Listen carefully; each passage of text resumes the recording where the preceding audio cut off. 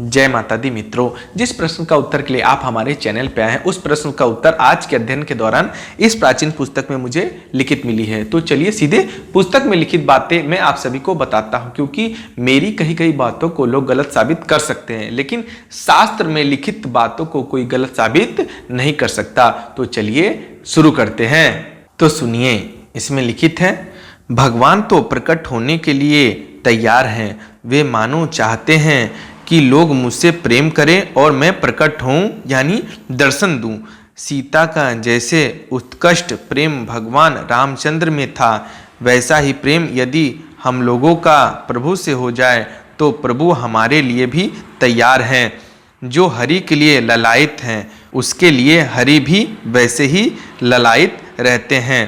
प्रभु के मन में श्रद्धा प्रेम बढ़े, उनका चिंतन बना रहे, एक पल के लिए भी उनका विस्मरण ना हो, ऐसा ही लक्ष्य हमारा सदा बना रहना चाहिए।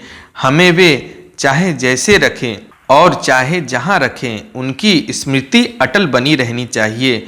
उनकी राजी में ही अपनी राजी, उनके सुख में ही अपना सुख मानना चाहिए। प्रभु यदि हमें नरक में रखना चाहे तो हमें बैकुंठ की ओर नहीं ताकना चाहिए और नरक में वास करने में ही परम आनंद मानना चाहिए।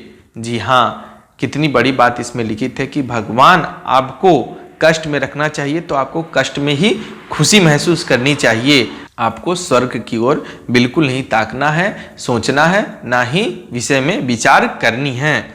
जी हाँ, ये बात बिल्कुल सत्य है। और भी इस विषय में लिखित है, श्रद्धा होने पर सारी कमी की पूर्ति भगवान की कृपा से अपने आप ही हो जाती है। हम लोगों में श्रद्धा प्रेम की कमी मालूम होती है, इसलिए भगवान प्रकट नहीं होते, अन्यथा उनके दयालु और प्रेम पूर्ण स्वभाव को देखते हुए वे दर्शन दिए बिना रह ही नहीं सकते, ऐसा हो ही नहीं सकता। तो आप भी इस नियम का पालन अवश्य करिएगा। आपका ध्यान बिल्कुल भटकने ना पावे, ध्यान लगाकर भक्ति साधना आराधना करिएगा, इसमें जरा भी संदेह नहीं है। भगवान एक ना एक दिन आपको दर्शन अवश्य देंगे, भले ही वो सपने में दें, बच्चे के रूप में दें, पशु के रूप में दें, या पुजारी के रूप में दें, या किसी भी अन्य रूप में दें, लेकिन दर्शन अवश्य देंगे, इसमें जरा भी संदेह नहीं है।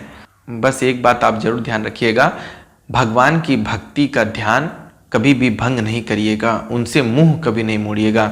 भले ही आपके जीवन में कितनी भी कठिनाइयां आती हो, आप अपने मार्ग से बिल्कुल भी विचलित ना होइएगा।